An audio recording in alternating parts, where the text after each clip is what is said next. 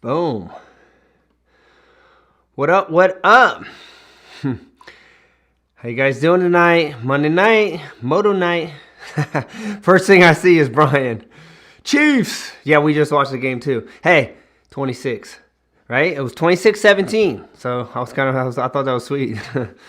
Chiefs holding down to number 26. So we got Eric Davis in there. So what's up, big bro? Kicking off the week. Fall break with Moto Monday. Dude, it feels more like winter out there than fall, huh? It's been cold the last couple of days. The weather has shifted. We got Tommy Shea up in here. Yeah, I saw Scorpion Cheese Moto Monday. Yup. Up, Mel's in. Why you got this all pulled over here? Oops. Whoopsie. Oh. What are you doing? Dude, see? Comes up in there. Just okay, but you have a whole white back downstairs. Screen. No. Oh my goodness. Hey. Dude. This is hilarious. Hold on. Let me pull this and you. You're on your own now. You're jacking the whole program. All right, this is what happens. Just go back downstairs, please. Serious? You're like just destroying the whole set here. All right, well, hey. Welcome to Moto Monday. Mel's tearing up the set here, coming up from downstairs, all excited because the Chiefs just won, and she's ripping up my set. And I don't care. It's just a white screen. It's on this side. Hey, it's all good. That's how we roll. We're not perfect around here. We just roll with it. So let's see who else is up. We got Tommy Shea. We got Fred Kitchen. What up, everybody? You have a mute. Oh. Got clicks. Sorry. How do I mute it again? The mute button. Let's see. We got Mel. Oh, how are you up here and commenting at the same time? Before. Monroe, what up, dude? Howard, what up? Kyle. Sweet, I'm glad we got everybody. Got Big Feist in here. Good. Let's see. He says, what up, Ronnie Mel? I just watched Danger Boy Deegan's newest video. That kid is so good. His rhythm is in. Yeah, I know, huh? That is a true statement. Danger Boy is on the next level. We got Dan B up in here. What up, my brother? All the way from Cali, holding it down. Oh, nice, dude. Well, sweet. Howard got some merch. Well, good. Was it marked merch or Rfmx merch? Well, I appreciate you supporting either way, but Howard's representing, helping out either side. We got Mike in here, all the way. Shout out from Millville, New Jersey. Can you guys hear me already? I'm assuming you can. Everything's a Mel messing up everything. She's all fired up. The Chiefs one comes in here and tore the whole set up. Too funny. But sweet. So how'd you guys' week go? We got Gavin up in here. Big Feist putting Maze Landing. Rfmx merch. Good. Sweet. So representing. Well, cool. Yeah, we're going to talk a little bit about the merch because we are about to do the relaunch. But let's see. Big week here. Man, we had a really good week. We got back from, when we got back, where were we? Oklahoma. We got back from Oklahoma, and like seriously, right when we got home, Twitch come in town first, and I'm sure everybody knows now. You've seen all the posts. Red Bull built a huge, crazy free ride course down in South Kansas. Tyler Biermann designed it, and it's called Red Bull Imagination. And then they brought in about 6. I think they had 6 riders, 6 or 7. I think there were 6 there. It might have been 7. And then they had what, about 3 or 4 judges there. And so big, took about 2 weeks to build this course, and it's out on a private ranch. It's on, obviously the owner owns crazy amounts of land, but the course itself, if you look at it, I'm guessing, just kind of giving it an estimate off of like where my course was built, this thing has to be on, the course itself has to be on at least 8 or 9 acres. So just picture 8 to 9 acres of just the gnarliest jumps. And it's kind of cool because it has a little bit of everything. It had like a rhythm section, some supercross stuff. It had some real technical stuff. It had some really big stuff. And then it had some just standard stuff you would kind of see at all the freestyle contests. But it's really not a freestyle contest. That's what was cool about this. It's called Imagination. It's really about being creative and putting everything together, putting a run together. There was one main line that you could ride through the course that took about I'm not even lying. It was like I believe the lap time was 2 minutes and like 40 seconds. That's like an outdoor national track of just rhythm and jumps. And quarter pipe, huge quarter pipe. But really cool. Really cool to go out there. I got to go out there. I was originally planning on Monday, but then it's been crazy windy here lately. So it's kind of jacked everything up. Went out there on Tuesday and got to watch practice. And Twitch was like, yeah, like before he called me, he said, hey, I'm coming in town. I'm going to judge this thing. Come and check it out. He's like, he's like, I don't know if it's not open to public. He's like, just come down early. He's like, I don't think they're going to let anybody out. On Thursday was the day they had it scheduled for the event. He's like, I don't think they're going to let nobody out. So come down early so you can just watch everybody practice. So I was just like, all right, cool. I'll just go down and check it out and see some practice. But when I got down there, everybody was super cool. All the people from Red Bull, and they were like, oh, you live out here now. That's crazy. We didn't know you were living out here. So they were like, hey, come back on Thursday. And so I got to go back on Thursday and hang out with Twitch and everybody up in the judging booth and just kind of get like a bird's eye view, because they had the booth, which is, it was the guy who owns the property is a big hunter. So he had this crazy, like, I don't know, yeah, it's like a tower, but basically he hunts out of it. And so I got to go out there, and it's pretty sweet because you get to see the entire course. So I got to watch everybody's runs on Thursday. Super sweet. Got to hang out with Twitch a ton. I mean, everybody was out there. Matto was out there judging. Ronnie Renner was a judge. Twitch was a judge. So I got to see all those guys. Vicky Golden was in the event, broke her foot, not even crashing, just coming up short, broke her foot. Who else was out there? Cole Seeley was out there. Obviously, Tyler Biermann. Josh Hansen was supposed to be there, didn't make it. But I'm trying to think of who else rode. Oh, Kobe Raha rode. Darren Durham kind of took Hansen's spot. He came out. Unfortunately, there was a big 145-foot fourth gear hit coming up the hill, and he overjumped it. Went to flats, blew out his front tire. And lucky he didn't get hurt bad, but he had to back out. He couldn't ride. Tom Parsons was out there. He rode a little bit. The day of the event, it was super windy, and I felt bad for those guys on Thursday because the course is gnarly. And obviously, by the time it got down, Vicky was out. Parsons has a jacked up wrist. His wrist doesn't really work that good. And then by the time Thursday rolled around, he was kind of like, it's so windy. He's like kind of played it safe, which I get. And then Dorm crashed out because of the big jump.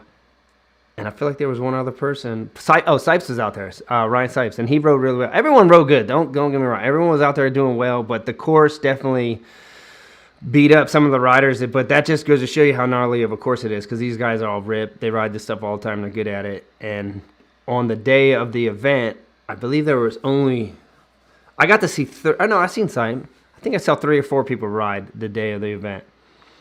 But anyway, very cool just to hang out with everyone, see everybody, and just industry people, filmers and everybody, photographers. Tedesco was out there. Where's my other buddy?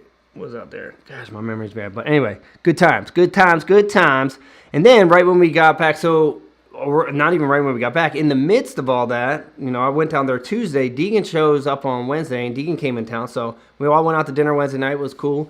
Me, him, Hayley, Marisa, his wife, and Mel went to dinner, hung out with him. So that was really good to catch up with him because he's a busy dude.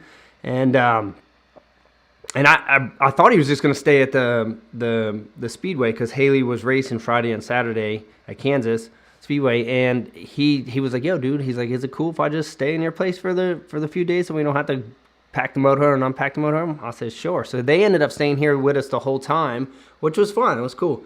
And good times to hang out with him. We actually got to do a podcast. So obviously a lot of guys know Deegan has his own podcast. So we did a podcast, me, him, and Mel, and we talked a lot about our faith. So it's really geared around our Christian faith. So be on the lookout for that. It's going to be really cool. It was cool to sit down with Deegan and, because none of us, the Deegan wasn't raised a believer. I wasn't, Mel wasn't, yet all 3 of us now are believers. So it's cool to just kind of sit down and just kind of talk about some things. So be on the lookout. That'll be coming out real soon. And so Hayley raced, let's see, so today's Monday. Hayley raced Friday, did really well. I think someone crashed her out the last, and I had a class on Saturday. That's what I'm saying. This week has been crazy. And then Saturday, I had a class on Saturday, went really well, minus it was crazy windy, so it dried out the track like like bad. The track was there's zero moisture in the track, so it was like riding on marbles. But we still were able to do everything that I did at a normal class. And, nobody missed out on anything that we normally wouldn't have did. It was just the fact that we had to deal with the crazy gust all day long. But at least it was warm. It wasn't cold. Thank God it was not freezing. And then Hayley raced Saturday night, and they took off. And Saturday night she did really good. It was her first night in the truck class, which is basically the next step to NASCAR. So a lot of people were really going to check her out how she did. And I believe she finished 16th, just outside the top 15, which is very respectable for your first race in that class. And I believe she has a deal signed to go race that entire series next year. So it's going to be really cool to watch her come up through the ranks and step into the big leagues with the big boys. So anyway, it was a big week. And then we did our class on Saturday, and then obviously the cup race was on Sunday, and very cool, our buddies from MRO. So MRO is Motor Outreach. Wait, am I saying that right? MRO, Motor Racing Outreach. So they've been doing the ministry at the NASCAR races for the last 20 years. And our buddy Billy, he's the lead pastor there. And we became friends with him. He actually had me and Mel out there. Last year, we got a chance to speak at the race. And then they brought us out to North Carolina. We spoke at their little chaplain, kind of like mini conference they do, kind of to gear them up for the year. We got to go to that last year. So we got to go hang out with Billy Sunday night and have dinner. So it was just cool. It was like... Had so many people in town. It's not normally like that. Me and Mel usually live a really simple, quiet life, and it's just usually us over here. This past week, it was just like friends, which was good. So we were happy to see everybody, and good times. But in the midst of all that, we kind of laid everything down because we wanted to spend time with friends. We didn't get a lot of work done the past week because we wanted to hang out with friends. It's not all the time that these people were in town. So we kind of laid all of our stuff down and then kind of spent time with them. But then... Today, we spent the entire day like grinding and getting back to work. And so here's the deal. Quick announcement. The Rfmx merch, obviously I've been talking about it for a couple weeks now. It's finally in-house. We finally got everything done. Worked on the website as much as we can. And I got it up. And here, I haven't done a post about it because I wanted to just let you guys know, kind of like a soft launch to my Moto Monday people that are here with me every week. Telling you guys first, because to be honest with you, I was just starting. I brought it in-house. I was using a printer for the first time. I wanted to see if they're going to do a good job. I didn't want to go crazy with the amounts because the way this company worked, they don't give me a sample, which I was a little nervous about. It's not like they'll print a sample and show me. They just run the whole thing. So I was like, well, we're not going to be starting with hundreds and hundreds because if it's not good, I was scared. Thank God everything did turn out good. But we did we did minimum run just as a test to make sure they were going to do a good job, which they did. So just to let you know, we have a limited supply. So I'm letting you guys know first so you get first dibs because I'm probably going to make announcement probably tomorrow, maybe the next day, but for sure in the next few days, I'm going to let it know public that it's up on the site. Kind of been doing the kind of coming soon thing, just give people a little bit of, a little buzz behind it that we're bringing it or about to relaunch. But I wanted to give you guys the first grabs at it since you guys are my people. I feel like you guys are here every week. This is my core group, but these are new. Just to give you a couple little pieces. We didn't have any hats before at all. So most of the designs that we had before, minus this used to be all white, so we added the red. But the changes that you're going to see on the product is the quality. The quality went up. We went up. I could call it Twitch. Everything we have is the same thing Twitch is using. So if you bought DBK and you're happy with that stuff, Rfmx is the same exact stuff. So quality and heavyweight of t-shirts went up, and then our printing. I don't know if anybody knows about printing, but it's standard screen printing. The company that was running it before was called Direct to Garment, so it's a little bit different. This is traditional stuff. It stays bright, doesn't fade, way brighter than our older stuff. So I'm super pumped that our quality is just way better. And like I said, we didn't have hats before, so we finally got hats, embroider hats, snapbacks. These are available now. And then, like I said, we kept three of the designs, the Rfmx design, the Just Pin It design, and then the Feist 26. And then we're redoing the MOTOLIFE. So we have a new MOTOLIFE design coming out. It's not on the site yet. But this is my favorite hoodie. I know you guys see me rocking this one. The white is my favorite. I like white. I like bright. But this one just came out hard, the Feist 26. But the thing is, we went from, so the biggest and most noticeable thing you'll notice, if you bought one of our old hoodies and you buy a new hoodie, we went from a lightweight hoodie all the way up to a heavyweight hoodie. So, and we're only charging $3 more. We didn't go crazy and just go nuts and try to raise the price a ton. So trust me, if you bought our old one and you see this one, it's worth your $3. But these hoodies are sick. This is my favorite one. And then this one's just this is the same one I got on. But anyway, we got our hoodies in all of our designs. And we do got beanies coming out, so be on the lookout for them in the next few weeks. And we do have a Just Pin It garage banner coming out soon. So anyways, that's what we've been doing. We've been trying to get this done because we were like, we got to shift gears and do the Mark stuff now. So now the Rfmx stuff is up and out. You guys are hearing about it first. So if you guys are wanting to show some love, jump on it before we go public with it. And then, like I said, we're switching gears, and now we're gonna bring Marked in-house, and we're trying to do it before the whole holiday rush. So we're gonna be grinding pretty much all of November to try to get that done.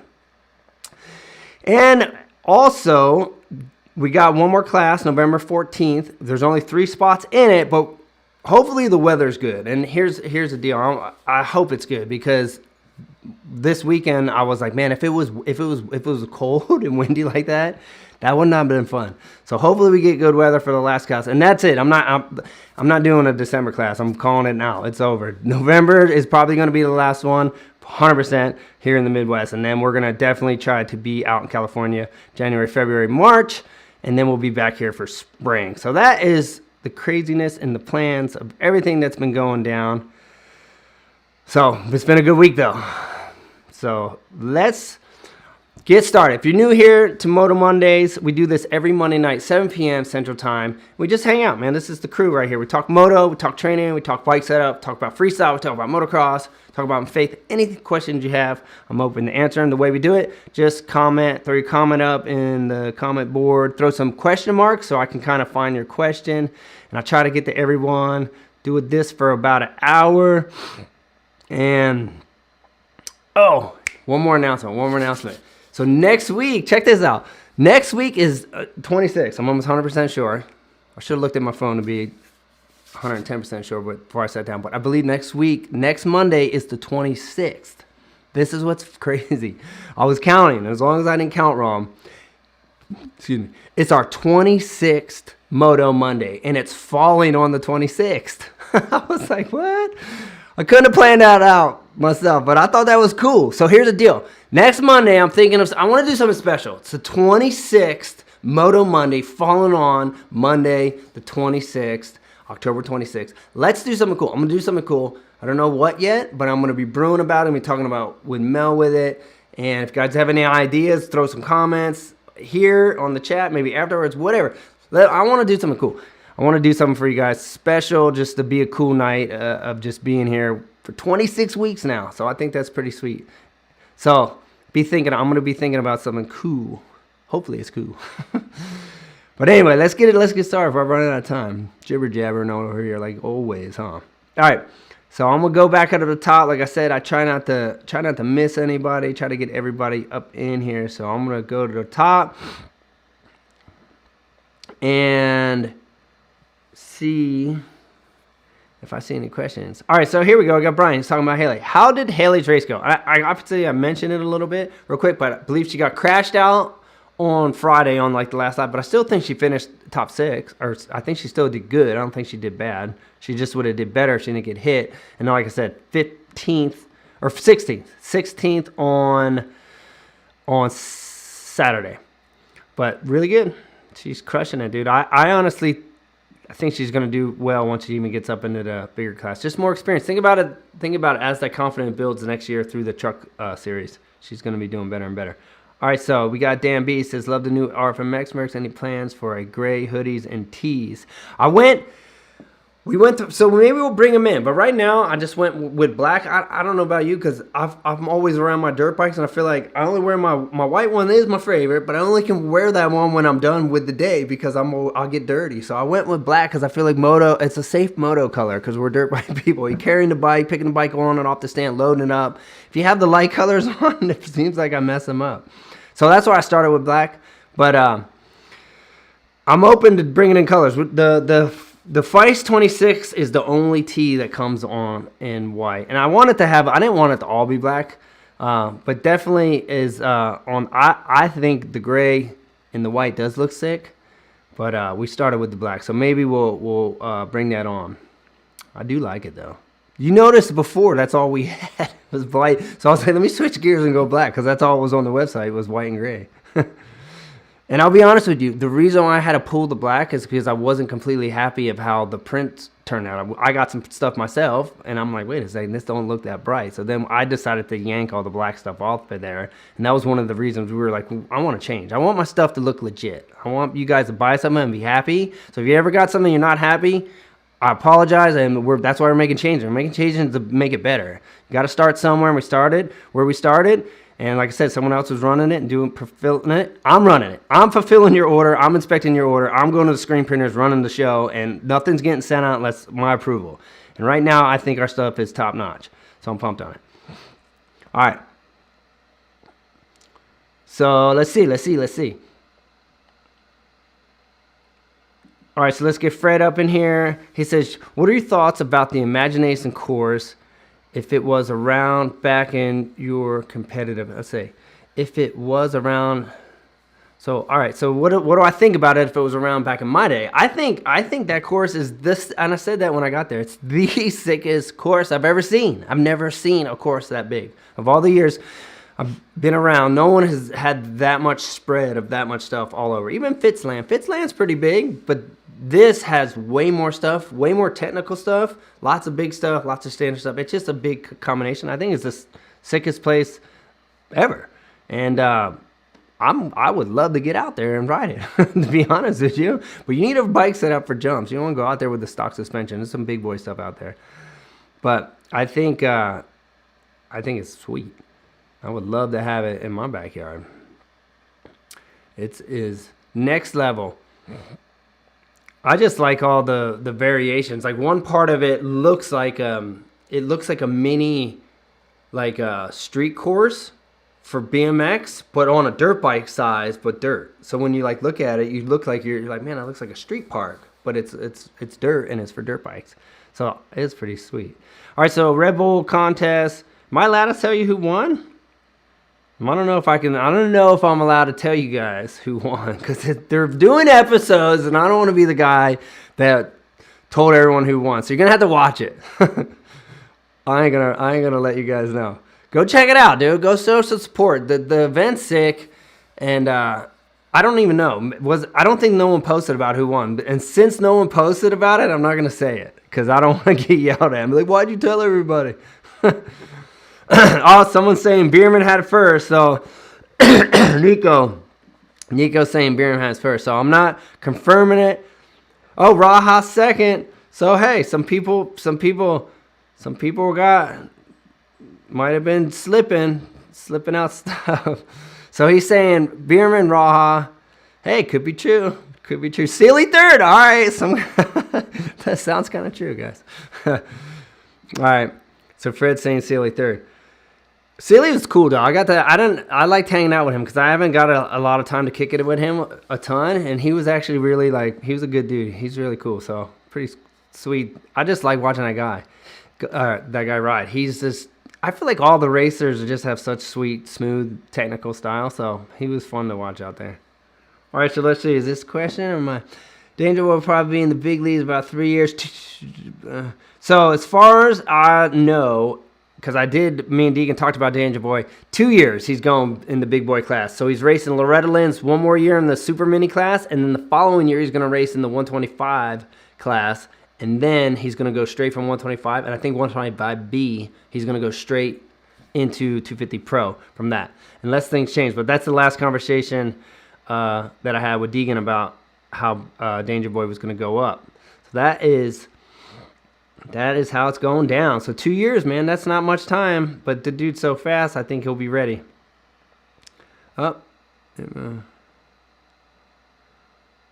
25 years. So, hey, 25 years of the Christian faith. That's awesome, man. All right, Big Feist here. What did he say? Got her done last night. Oh, yes. Let's get Big Feist up. I should have downloaded a picture of your buck and showed everybody. So Big Feist shot a buck last night. Second one, this is his second shot, and he's calling it a scrub buck because it was pretty weak. But he told me they taste the same. So he got the it's in the freezer, he said. So Anthony showing some love with the super chat. Said a super chat, tongue twister there. He said thank you for signing my CR hat 2000 Gravity Games. Hey dude, that's pretty sweet. That's old school right there. Yeah man, well thanks for the love, and that's cool. Hold on to that, man. 2000 Gravity Games. That's funny. I think down in the Rfmx little mini warehouse, and I'm gonna do a little video. Like I haven't had a chance to. I'm gonna make a little edit, just kind of talking about it, just to post on the page. But there's a photo down there, a huge one that I have on the wall, and I believe it's from 2000 Gravity Games. I'm almost 100% sure. It was an old ad from a watch company I wrote for him, but the photo is OG. I like those photos. I wish I had more of those old school. This is my deal. I want an old Shaolin photo, like a good one. I'm like, that was my contribution and the trick that I came up with. And I'm like, how come I don't have no photos of the trick I made up? I need one. Shaolin. So it's funny because I saw Chris Tedesco was out there shooting photos, and I actually hit him up. I'm like, do you have any old Shaolin photos of me? I want one. He said, yeah, so Eric Davis is feeling the Spice 26 white hoodie. Yes, that is my favorite as well. All right, so sweet. So Brian, we were looking every day. So Mel's saying, Brian, I'm reading some of the comments. Oh yeah, so they're talking about land. So we have been looking, me and Mel, because we want to find some land. We want to build a motocross track. We want to run the schools at the track. We want to have a freestyle park. We want to have all that stuff, kind of same as we did in Cali. And we've been looking. So we go out on our drives. We go out in the morning. Sometimes we go out in the evening. It's fun. I like looking. We go look at deer too. It's like our fun little thing. Me, her, and Mally cruise around. We check out all the deer. We see anywhere from 20 to 40 deer a night, and sometimes some pretty sweet bucks. We saw a buck this morning. We actually went out this morning and cruised around. So he was little, but it's still fun. That's our little family thing we do together. All right, so let's see what Mel says. Did you share the website with everyone so they can buy merch? I did not. See, this is where Mel comes in. So there it is. If you guys are interested in merch, RonnieFaisstMX.com, and any information about schools, want to sign up for a class. Like I said, we got one left for the year. You go to RonnieFaisstMX.com. You can get everything you need. Big Feist, no. All right, let's see here. Oh, Mel put the link up. This is Mel's strong point. Links. Anything that we need. That's awesome on the 26th show. That's Brian here. I know. I thought that was cool. I thought that was crazy that it was actually the 26th episode. Or you want to call it episode. 26th live. All right, here we go right here. Let's get it popping. Oop. He says, Ron, what made you change from 2-stroke to 4-stroke? All right, so what made me change? I actually think I changed mainly because I was already kind of towards the end. I don't know why I'm looking through there. I'm like looking through the ring light, like the camera. That's where me and Mel used to film. Here's the camera. Anyway, we used to set the ring light in the middle. I feel like we're doing a Ronnie and Mel right now. Anyway, let me get focused. I was at the end of my freestyle career, and I was getting ready to do speed and style. And in my opinion, I was like, if I want to race, if I have the ability, because you can race either or. You got a guy on a 250 and a guy on a 450. And in speed and style, you got 4 laps. It's like a sprint. Who do you think is going to have a better chance of getting a start? The guy on the 250, the guy on the 450? It's the guy on the 450. So I'm like, hey, I'm going to switch. So that was one of the main reasons I switched. And, but I really liked it. I remember, and some of the other guys, it was kind of like in my mind because some of the guys were switching. So it was like, hey, should I go 4-stroke? Should I not? It's going to be harder to do tricks, easier to do tricks. How is it going to be to flip? But I came to find out, think about this. I came to find out that I liked it better. I thought I got better traction. I could jump the jumps easier. Anytime I had a short run in, it was always easier to jump the jump because I had so much more torque. And I got, like I said, I got better traction on the slippery stuff. But here's the deal. The 450 is heavier than a 250 2-stroke. But a heavier bike is actually easier to do tricks on.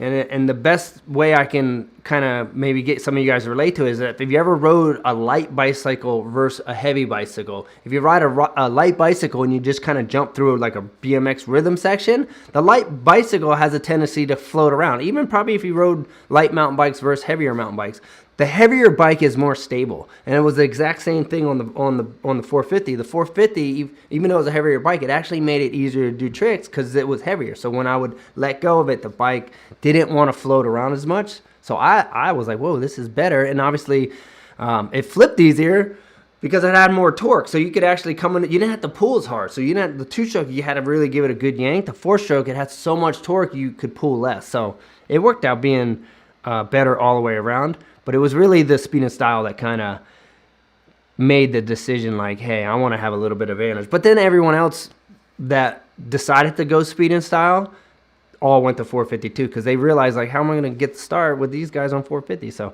then it became a 450 battle on speed and style. But I love the 4-strokes. All right, says, did you ever, so we got Ride Life here, says, did you ever end up riding any of the Imagination course? No, I'd never even brought a bike out there. Didn't even ask. You know what? I was more or less like, hey, if they invite me, cool, but I wasn't going to poke around. And, I mean, no one really rode except for the people, minus the little dude that rides the DBK. Other than him, everyone that rode was only a competitor. And the little Hawaiian dude, I can't think of his name, it starts with a K, but he's super cool and he rips. He got to ride it. But he only rode, he rode little parts. He didn't ride the whole course, obviously. He's on an 80. But he was more or less like goofing around out there. It's not like he was in the competition. But like I said, if I get the invite, I'm going because it looks sick. But that's what I'm saying. I laid low. If they were going to be like, hey, Feist, bring your bike down tomorrow, I definitely would have rolled down there. And I probably would have just hit all the easy stuff because I got stock suspension. I'm not going to hit the big dogs on the stocky, especially after I seen Durham overjump and this wheel blowout on a good bike. So I was like, okay, don't want to do that on the stock suspension.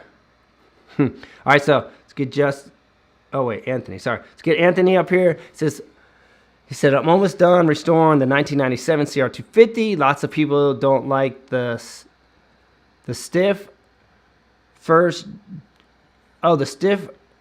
generation aluminum frame. Do you have an opinion on the first generation Honda aluminum frames? So the 1997. So did the 1997 have? I thought 2000. Wasn't 2000 the first aluminum frame? I mean, I grew up riding Honda, so I feel like I think I'm right. Or no. 1990.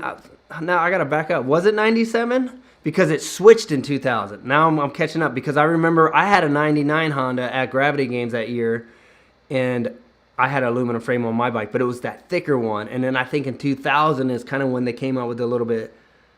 They changed the whole bike. So you probably, if it had the same one in 97, I can't remember back that far, if 97 and 99 were the same, but you probably had the one that I rode at Gravity Games the first year.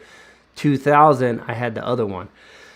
So, but where I was going with it, I rode Honda pretty much my entire almost life, all through amateur ranks, all through my, when I raced in the A class and tried at the nationals and stuff, and even all through the majority of my freestyle career. I never switched until speed and style. I rode a Cowie the very last year.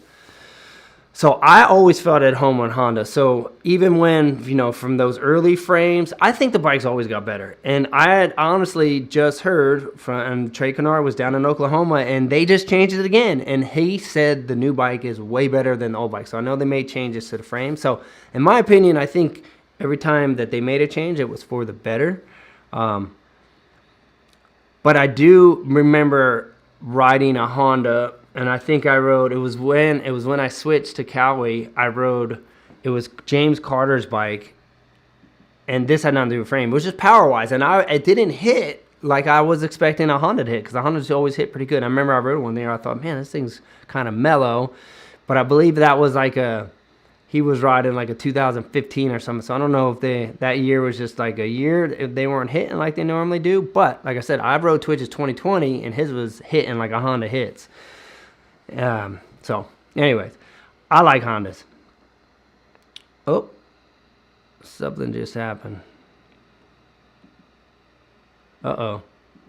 Can you guys still hear me? I hit something and it just swapped. It took me off the screen, but I can still see your comments, so I guess that's all that matters. All right, so let me make sure I didn't miss anybody stuff. So we got Justin Gambino up in here. So Big Justin was out. What's up, my brother? So Big Justin was out. He was out at the school on Saturday with us, toughing it out in the wind. So thanks for hanging with us here on a Monday night. Kicking it. Oh, we got Nasty Nas up in here. So this is my buddy from back in New Jersey, hanging Home Depot at Carver. Yep.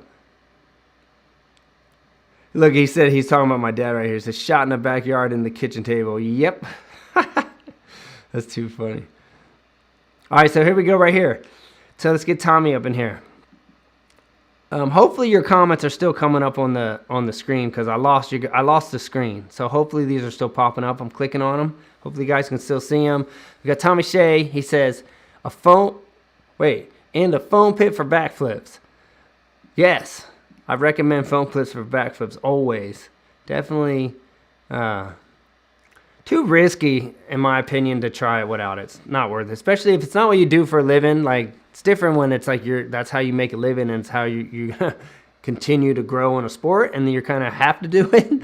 But if you're just having fun, like if you don't have a foam pit, I recommend don't just go wing it out there because it's not as easy as you probably think. The reason it looks easy is because the guys that do it are really good. It's like anything in life. You watch people who are talented, you go, oh, it looks easy. Then go try it. You're like, whoa, a little bit different. A little harder than I thought. It's like surfing, skateboarding, all those guys make it look easy. No. You ever get on skateboard? Hard as heck. All right, so we got Eric Davis here. It says, what was your diet and training when you were competing and riding the most every day?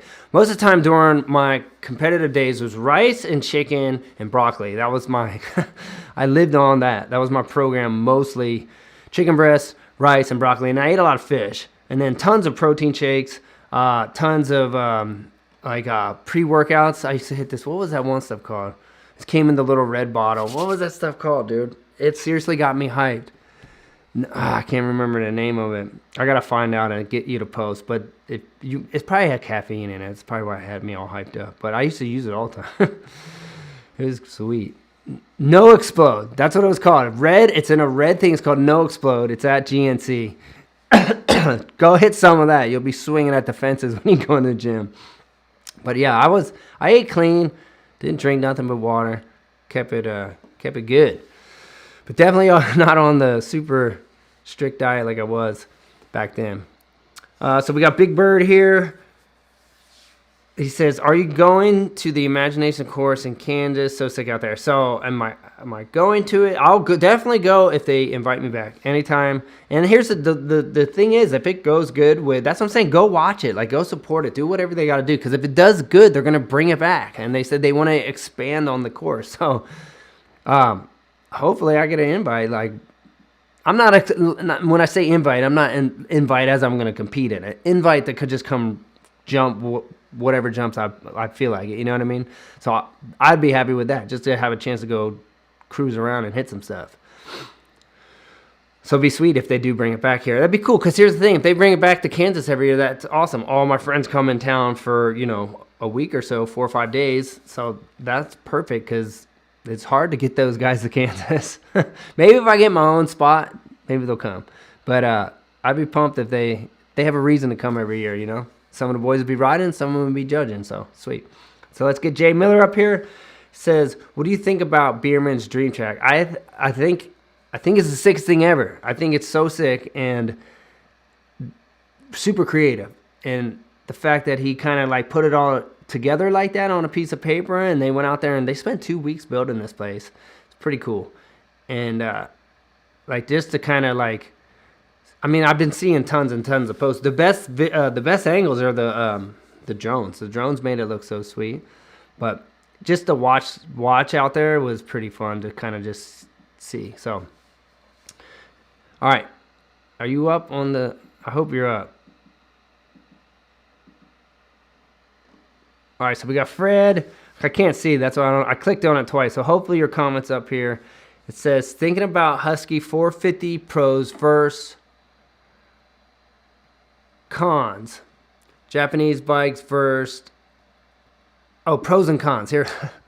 See, it takes me a second sometimes. Thinking about a Husky 450, pros and cons. Japanese bikes versus European bikes. Maintenance, etc. What are your thoughts? This is a pretty sweet question. All right, so so Husky 450, pros and cons. I mean, I can't really complain about my Husky. The pros, first thing I would think about, because the first thing I noticed when I got on my Husky was how good the brakes are. They have Brembo brakes, and I went from a Cowie to a Husky, so it was a noticeably different how good the brakes were. And not just to the Cowie, just to any bike. The brakes are really, really good. Another thing that I noticed is the bike's slim. It feels really light, much lighter than the Cowie as well, or at least it felt a lot lighter. I don't know the exact weight, but just when I jumped off of it, I'm like, well, this thing's way skinnier and felt way lighter.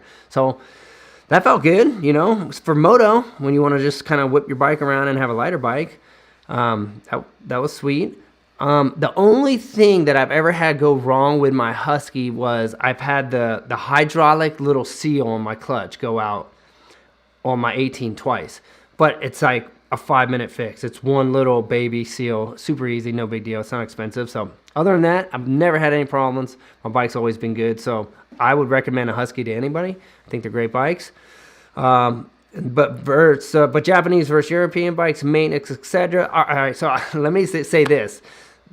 My Honda and my Cowie working on was a little bit easier than the Husky versus I've never had a bike. The Husky, in order to get off the pipe, you have to drop the shock down. So I've never had none of the, I mean, I don't want to say none of the Japanese bikes are like that. At least the ones I've owned, if you ever had to take your pipe off, you just took the pipe off. You didn't have to take the shock off. So when I got the Husky and I'm trying to get the pipe off and it's like, there's no room and it's stuck on the shock. I'm like, what the heck's wrong with this thing? Like, and I'm thinking to myself, there's no way I got to take the shock off to get the pipe off. Well, guess what? You do. So that to me, I'm like, man, it just more work. Sometimes a little bit more work, you know. So I like things when they're easy. Not that I don't think that's, you know, a deal breaker on buying the bike, but it's just one of the things that I noticed that wasn't as convenient, and I like convenience. Had to do more work than I was expecting, right? Take you like 20 minutes to change a pipe. Well, it took me longer than that.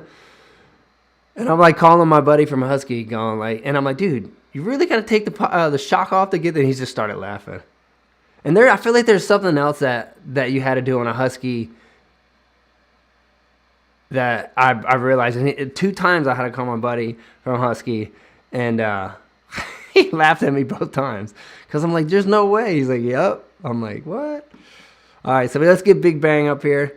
He says 80cc or a 154 stroke, 85 or a 154 stroke. I mean, I feel like I see more fast. I'm just gonna go off of this because I rode 85. I never rode a 150. But when you look at like how people kind of come up from the ranks, you normally see people go from 85 to 125 two-stroke, then 125 two-stroke to 254 stroke, and you always see fast 85 riders, but I can't remember, like, I don't know everything, so I don't want to say I've never seen anyone. Maybe there is people, I haven't noticed. I haven't seen many people, or at least I haven't noticed many people riding 150s before they ride a 250. It kind of seems like it goes the 85 to the 125 to the 250. So I would just say, hey, maybe the 85 is the way to go because you kind of see more of the faster guys taking that route. So maybe it's just a better route. But depending on rider level, depending on what your goals are too, like are you trying to be a racer, or are you just riding for fun? Because the 150 probably is a super fun, safe bike to ride, and you know, it's 4-stroke, you might be able to cruise a little more and a little less maintenance or whatever, a little easier to kind of just putt around on, you know. So I think it all depends. I was just thinking about what I see some of the young up and comers, the kind of route they're taking. So hope that helps.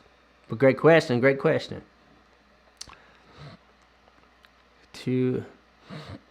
All right, so Anthony's saying, I'm just reading some of your comments. Joe, we got to get V-Dub up here. V-Dubski, what up, my brother? Glad you made it, brother. Oh, Big Nye suffices con. Big Nye, laughing at him. All right. Pastor Nye, What's Big Feist call you? Not Pastor Nye. He called Reverend Nye. Big Reverend.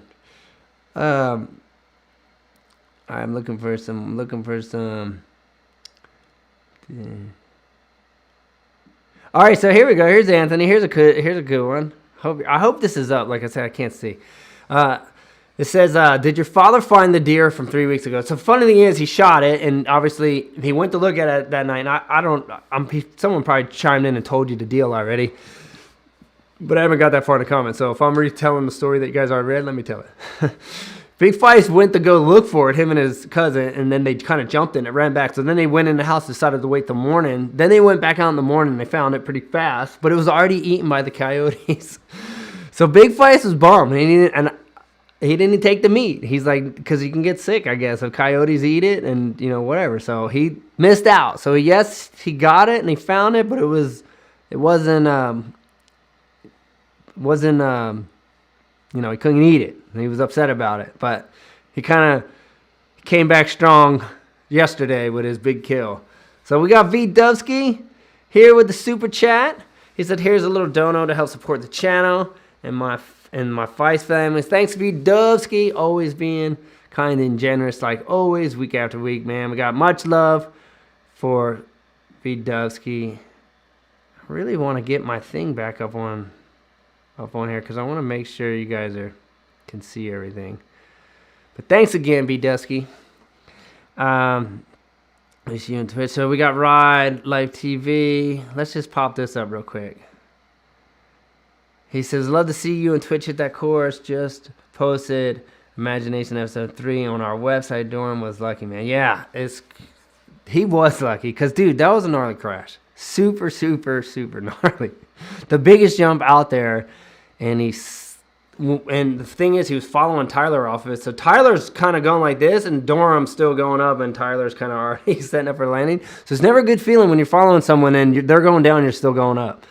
So, but thank God he walked away. Tough dude. And just a talented. I just want to give that guy props because he came out, and I know it was kind of like last notice, and he kind of he got there and just, everyone's already been riding the course for a couple of days. He kind of just popped right in. And he went out there and was seriously laying it down. I don't know if you guys know who he is and watched him ride, but he used to race Supercross and got a ton of talent. But just style, though. He looked on point, and he was killing it, and he was crushing every jump with style. And I was like, man, he's on point, and then crashed. I'm like, no, what a bummer. But I just want to give him props because he does have lots of style. And I enjoy watching him. He's bad. So V Dubsky hooking it up once again. Cool. That's a cool shirt. I've not seen that one before. So, V Dub, we talked about it earlier. We got the new merch is up on the site. So you were probably working and just got on. But all the new merch is on the site. Didn't do any posts about it because I wanted to kind of give you guys the first dibs at it since you guys are my people.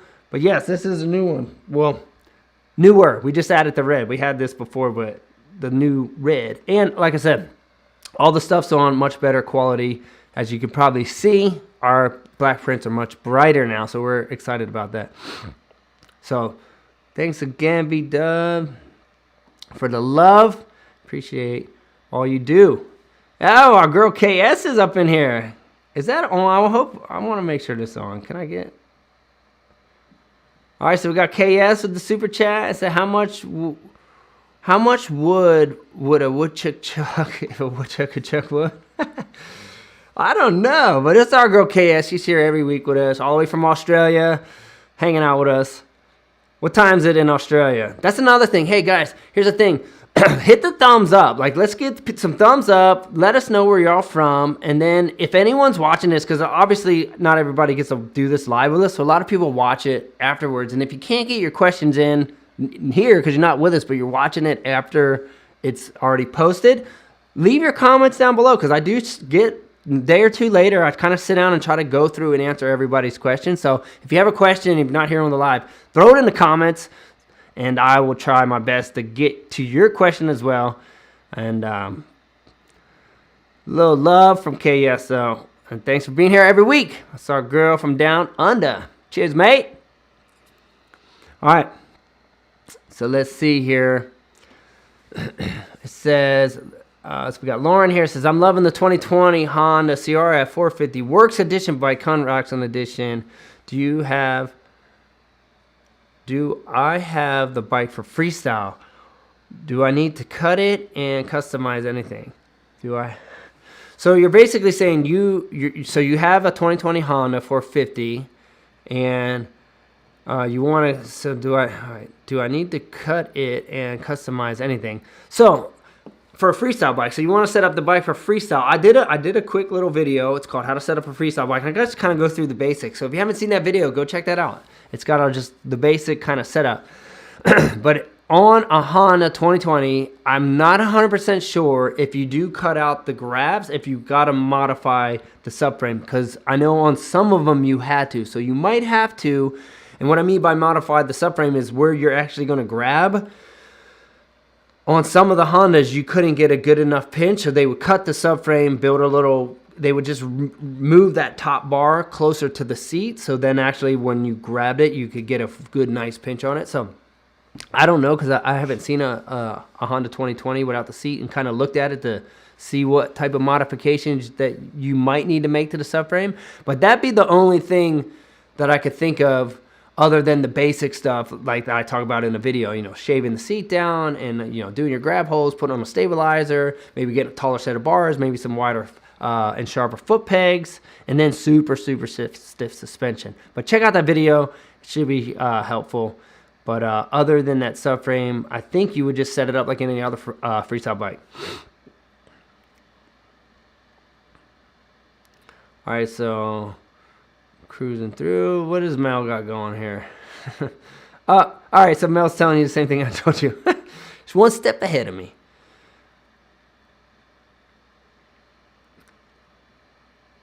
All right.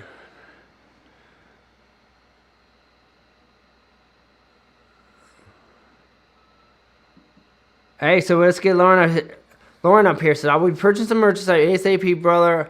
Starstruck and would love to have your autographs and love to meet you. Well, man, I'd love to meet you too. Here's the deal. Is there a way? How could I do, like, if anybody ever wants anything signed, I'm just wondering, like, if when you make your order, maybe try DMing me. If you do make an order and you want something signed, I want to do that. I couldn't do that before, the way we had the company being ran by other people. Now we got it in-house. So if anybody ever wants anything signed, I'm down. I will sign it. Like I said, I'm going to be packing these orders and sending it. It's coming direct from me. So would love to give you an autograph. Yeah. I just want, or maybe. So is it Lauren Nagel Jr.? So if obviously I'm going to be packing the orders. I'm going to just throw one in there for you. So don't even, if I see that name in there, I'm going to throw a little, sign something in there. A little surprise for you, brother. Hook you up. I know you're here every week, so hook you up with some love. And like I say, make sure you guys are here next week. I know you guys are here week after week, but next week I want to do something cool. I'm trying to kind of think of something that could be cool for the 26th. Moto Monday, so make sure you guys are here and don't miss out on it.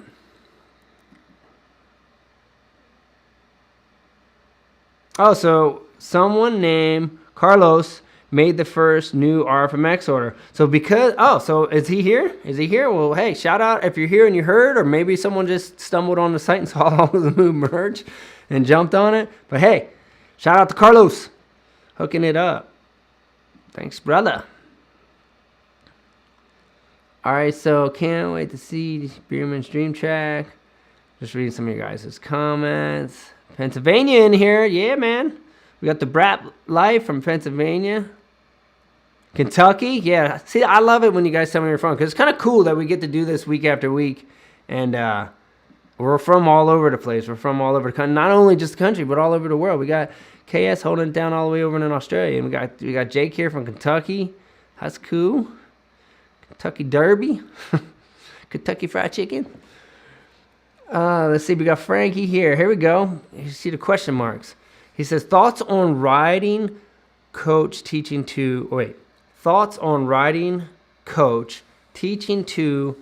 not having to put foot out in turns. Oh, wait. Thoughts on riding coach teaching, not having to put out on turns. All right, so he's basically saying, what are my thoughts on riding coaches saying that you don't have to put out your foot out on turns? Here's the thing. There's some turns that you can not do it. You can't just teach, hey, don't put your foot out on turns, and you can't just say, hey, you got to put your foot out right here, and you got to hit the seat and sit down after the very last braking bump. Because the thing is every corner is different. Every corner is different. And this is what I teach. Have the ability to ride a rut standing up or sitting down, or a berm standing up or sitting down, and then know how to sit down and know when and where. Sometimes you're going to want to sit down early. There's sometimes you're going to want to sit down late. So you need, and that's what I'm saying, every corner is different. So depending on which corner I might be coaching on is kind of how I might lead that. But I think as riders, we need to have the ability to do anything. And as coaches, we need to teach people have the ability to do anything. And then it's kind of up to us as riders, as we approach that section and we look at that corner, what is the best way to take this corner? And, you know, maybe it takes you, can I rail this standing up, you know, without my feet on the pegs? And, you know, sometimes that is fast and it works great. And then there's other times, like I said, you might want to sit down early. And then, like I said, maybe you're like, hey, sometimes I prefer when it's ruddy to almost stand up and sit later sometimes. But like I said, it's not like I'm going to say, hey, for every rutted turn, make sure you don't touch your seat until the apex of the turn. Because that just wouldn't be true for every single turn that each rider is going to approach on all these different tracks. So I want riders to have the ability to make decisions on when and where. And sometimes it's you got to try it. You got to go in there and, you know, sit down early and feel it and say, and then come in and maybe sit down late and kind of see what you think. And then, like I said, if it's really tight, but sometimes those big sweeping sand berms, you can stand up. So I'm not against it. I just don't think we can say that that's a technique you're going to use every single corner. I wouldn't go that far, but it's works though, for sure. I mean, how many times have you seen Roxon railing on the inside with his feet on the pegs, just leaning into it, you know? It's definitely, Brian, I think I clicked on Brian for a second. Chiefs Nation, that was a good one to hit on. So, work all the techniques. That's what I'm saying. You want to develop as a rider who can ride all different types of conditions, all different types of, you know, rains, dry, slick. I think good riders can ride anything. They can ride motocross. They can ride, I mean, I want to say everyone can ride freestyle because that's kind of a difference. But still, a good rider should be able to go ride a motocross track, ride a hail skirmish track, you know, ride the sand, ride the mud, ride the woods. Like, you should be able to adapt. So I think it's great to get out there and mix it up a little bit. Could throw it in there and say, hey, good riders can ride freestyle too, but I know freestyle is a whole different ballgame, and it's not for everyone. Here's the thing. There's tons of great riders out there that'll never, ever be able to do tricks, but that doesn't take away from them being amazing riders. Freestyle is just a whole different type of riding. But here's the deal. There's a lot of freestyle guys who can ride the other stuff. I've seen that. Seen guys who can do tricks. They can go and hit a jump and hit a trick, but put them out on a motocross track or a supercross track, or just take them out in the hills and free ride, and they're not so impressive. So it goes both ways at the end of the day. All right, so let's get Fred up here. I think once the dust settles, the Imagination Red Bull should have an OG session. Let the OGs. Hey, I'm with you. Feist, Twitch, Matto, Renner, Deegan. Would make for a stellar contest. That would be sweet. Hey, I'm down. Hook us up. Have the 40+ class, freestyle class out there. Oh, we got UK here too. Our boy Jay. See, that's what I'm saying, dude. We got the people hanging all the way to the UK. I've always wanted to go to London. Never had the chance. Scummy Morrison sent me his autograph, so that's sweet. So, got his autograph. Scum. So let's get Jason up here. All right, we're game. All right, so let's see. He says, how tall are you? Because in the picture with the Deegans on the other day, you look pretty tall compared to them. Deegan's not that tall, that's why. And neither, I don't think, the whole family's kind of short. I'm only 6 foot, so I'm not like super big, but I got some tall people in my family. My cousin's 6'6". And my uncle, his dad was 6'4". So we got some big boys in the Feist family. And my cousin's sons are going to be big because they're already beasts now. So watch. I bet they'll be taller than he is. But I'm 6 foot. But I think Deegan's like 5'9", maybe. He's 5'8". He's not that. He's a smaller dude. All right, so let's see. But Big Feist isn't that big either. It's funny. My dad's the littlest guy in the family. He's like 5'9", 5'10". How 5'10"? I think Feist is. Little guy. Not that little, but you know what I'm saying. Compared to some of the Feist boys. All right, so I'm looking for some stuff. We're getting close to 8. I just don't want to miss it. I'm trying to hit a couple more questions before I wrap it up here, so I'll keep you guys all night. All right, so let's get Lauren back up. He says, I'm going to drive to Kansas and ride with you. He said, would you come to Wheelsburg, Ohio, and ride with me in the forest trails or a mile from my house? If I get an opportunity to be out there, I love riding the trails. Actually, where did I just ride the trails at? I feel like I just went on a trail. Oh, Oklahoma. When I was in Oklahoma, I got to ride trails. Oh, and I totally haven't checked my GoPro footage yet. I need to see if it took photos or took video. But I love the trails. I grew up riding trails, so I definitely enjoy that. So if I'm ever out there, let's hit it. So that's too funny. All right, so Big Bang saying, is that Mel in the mentally twisted cover? No. Sign. So you guys are Sinks are legends. So Big Sink. Big Feist 5'9", yeah. So anyway, we're wrapping it up here. If I missed anybody's question, pop it up here at the last very second. But if not, let me get a sip here. But if not, thanks again for hanging out on Monday nights. This is fun. Love doing this with you guys. We'll be back next Monday, 7 p.m. And what's coming up? What do you guys got going this week? What do I got going this week? I know I'm be working on the Mark stuff, trying to get that up and going. But hey, thank all you guys for all the love, everybody for the super chats, everybody for being here week after week, everybody that supports merch, everybody that's been to Rfmx school, everyone that just shows love. I appreciate it, man. So be good. Bless all you guys, and we'll see you on the next one. Peace out, yo.